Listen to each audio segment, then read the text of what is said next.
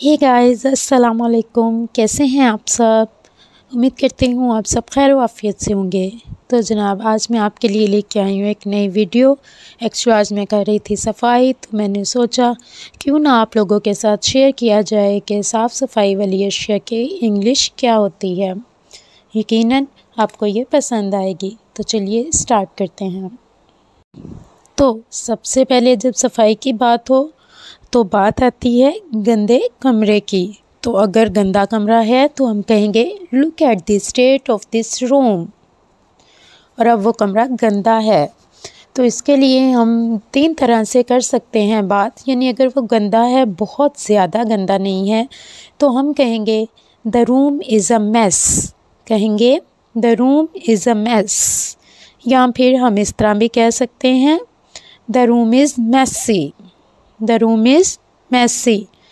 और अगर कमरे की हालत बहुत ही ख़राब है तो फिर कहेंगे the room is a disaster. यानी जब बहुत बुरी हालत है या घर भी बहुत गंदा है तो वो उसको सेंस होगी डिज़ास्टर। अब जब रूम गंदा है तो आपने कहना है, साफ़ सफाई करने के लिए वर्ड यूज़ होता है क्लीन या फिर क्लीन अप। तो आप अगर किसी को कह रहे हैं कि कमरा साफ़ करो तो आप कहेंगे क्लीन योर रूम या फिर क्लीन अप योर रूम।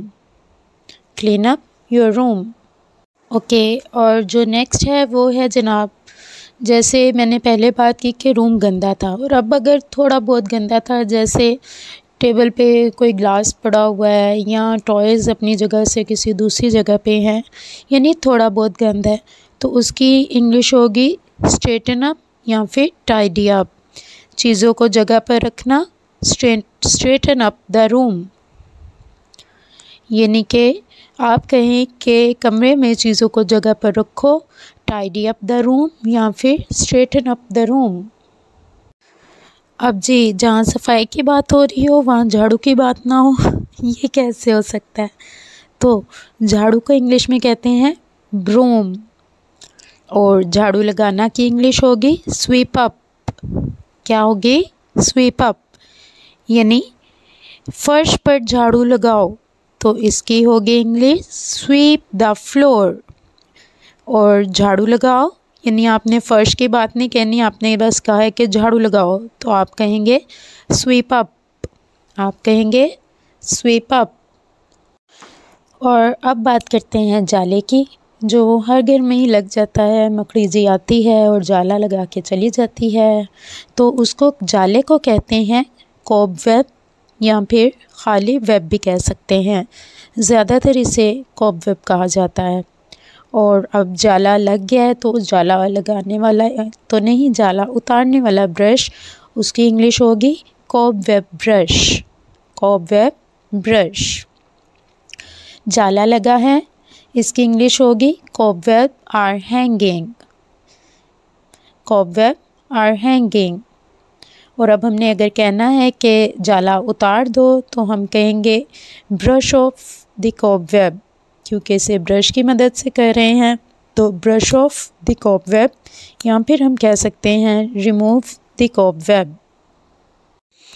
अब जी, झाड़ू की बात हो गई, जाले की हो गई, तो ये कैसे हो सकता है कि पोछे की बात ना हो? तो पोछा लगाना को कहते हैं मॉप अप और पोछा की इंग्लिश होती है मॉप। फर्श पर पोछा लगा दो, मॉप द फ्लोर। और ख़ाली अगर आपने फ़र्श का ज़िक्र नहीं करना, खाली कहना है पोछा लगाओ, तो आप कहेंगे मॉप अप। Mop up. आगे है जी नम कपड़ा। क्योंकि सफाई हो गई है, अब हमने जो है टेबल पड़ा हुआ है, लेट्स सपोज उस पे है गर्द वगैरह, उसको हमने साफ़ करना है, तो हम क्या करेंगे, कपड़ा लेंगे, उसे गीला करेंगे, उसके बाद उसे रिंग करेंगे यानी निचोड़ेंगे। तो नम कपड़े की इंग्लिश है डैम्प क्लॉथ। डैम्प क्लॉथ। और टेबल पोंछने की इंग्लिश है wipe the table. Wipe the table. ये था जी आज का हमारा लेसन। उम्मीद है आपने बहुत कुछ सीखा होगा।